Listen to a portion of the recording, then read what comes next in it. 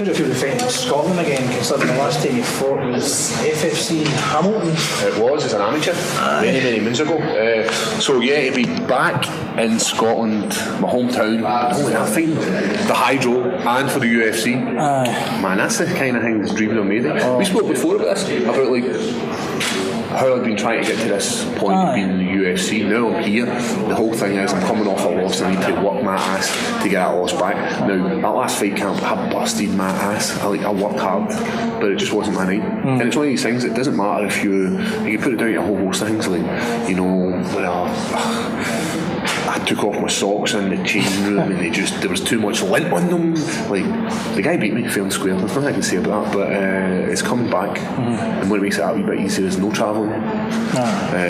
No having to worry about diet because I'm going to be hometown, I'm going to be able to cook myself. No having to worry about friends, family, and all that kind of stuff because I'm right there and then. So to be in Scotland is perfect.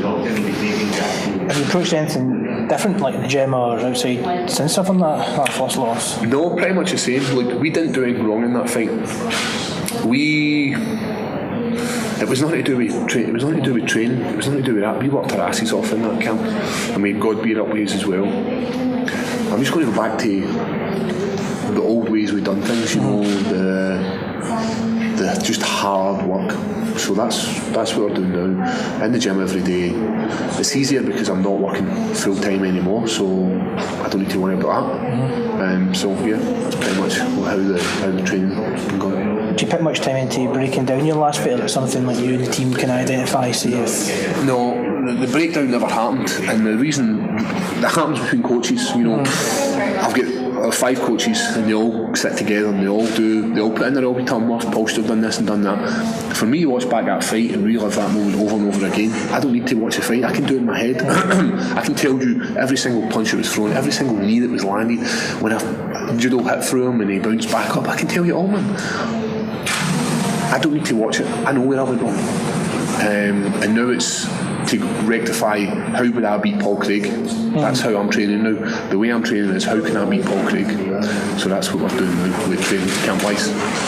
Khalil, he seems very much a stand-up fighter. Will that play to your strengths? Obviously been kind of hard into jiu-jitsu. I think so. He's not going to be a slouch when it comes to wrestling. That's pretty much against picture of Clark Tyson.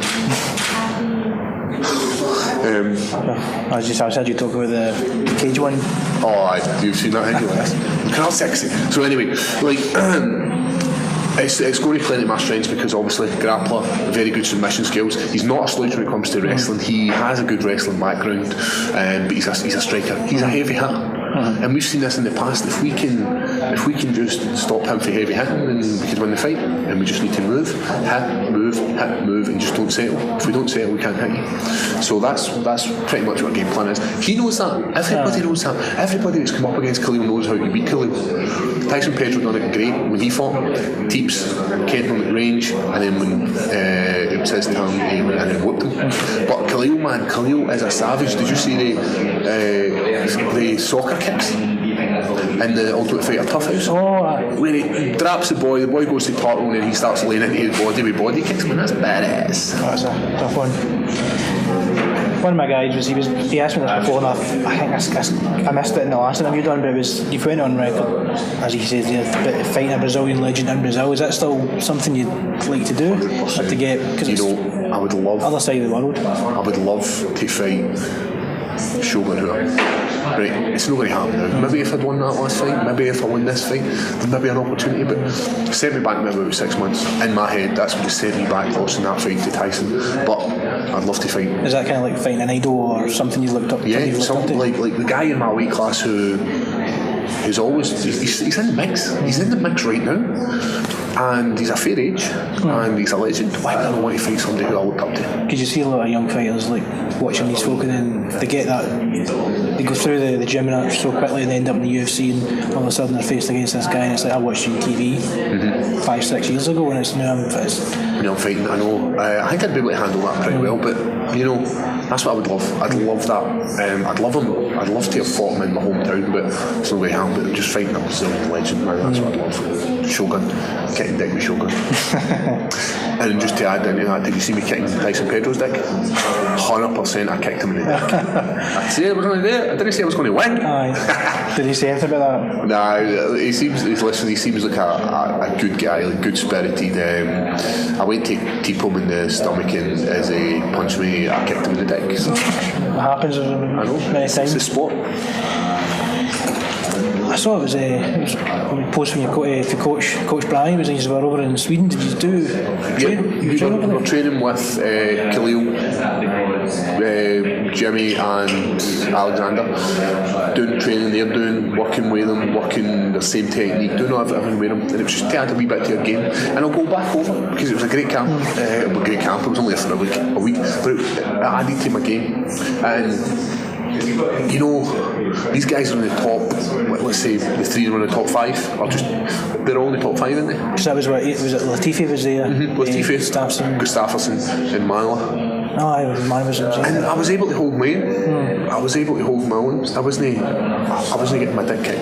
I wasn't like lying there and getting absolutely pounded. So for me, gave me confidence and let me know like, what you're doing, Brian. It's a bit different because you train here, you like your local gyms now. You've got loads of good up and coming fighters, but there's not very many folks sitting in that lot of echelon. So yep, I was able to hold my own, and I'm going to go back, and I'm looking forward to it. I'm looking forward to being in the mix with these guys. That's where I should be. That's where I should be. The last thing I want to be remembered is the Scottish fighter who never held up to his potential, because I've got bags of this shit, man. I've got abundance of it, man. I just need to channel my inner beast. How was it different training in Stars in Sweden to Coatbridge? It's hard. Like I'm going to say it every single time. It's hard when you go away somewhere to train, because you get the first apprehension. You get into a gym you've never been in. You're sparring with guys. You don't know their strengths. You don't know their weaknesses. You don't know how hard to go. You don't know what gloves to wear. It's just all these kind of things. You're not there with your family. They were like to me, Paul, we'll sort you out at a hotel. And I go into the gym, and the guy says the hotel's just at the bottom of the road. It's got a big sign that says hotel on it. Now, I've never been to a hotel that says hotel on it. It usually says the name of the hotel. So when I seen this hotel, it was far from a hotel. It was a 3-star jail cell. I swear to God, there was 2 beds in it, me and Brian, right next to each other. When you say that, I think I was used to sitting with a tablet or something, or kind of hunched up or something. Brian sitting in the edge of his bed, and it was on his social media. It looks like one of the Japanese capsule headings. I know, there was no windows. The walls were paper thin, so you could hear everything. And I'm 100% sure somebody was trying to get in our room the first night. 100% sure. I said to Brian, do you have something on? So I'm trying to, and he was like, I heard something. I was like, somebody's coming to rape you. He wouldn't have raped me. It was you was getting it, and I was helping them. We're doubling up on you, boy. How's training stuff going now? It's going well. We're getting some really good sparring. We're doing it back up to Headhunters again, training with Rustam. Rustam, he's a savage. He's fighting in a Thai show, a 6-man, 8-man tournament. Right. So that's good as well. So we're both training. Still training with Marco, still doing hard jiu-jitsu. But sometimes you just need to take a foot off the brake and have a chill day. And this day's perfect, you know. I'm sitting, I'm just chatting. I'm not over straining myself, so this is a nice wee day for me.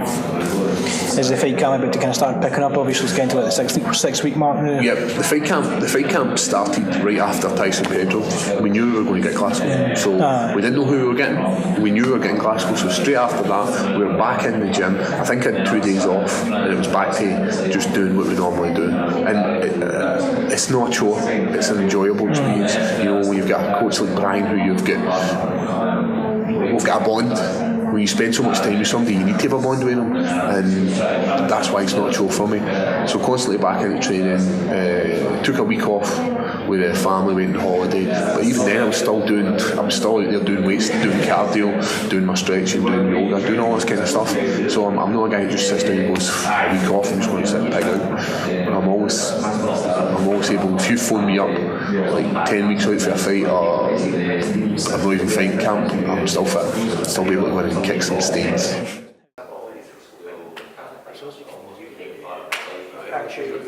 Mark, you next, man.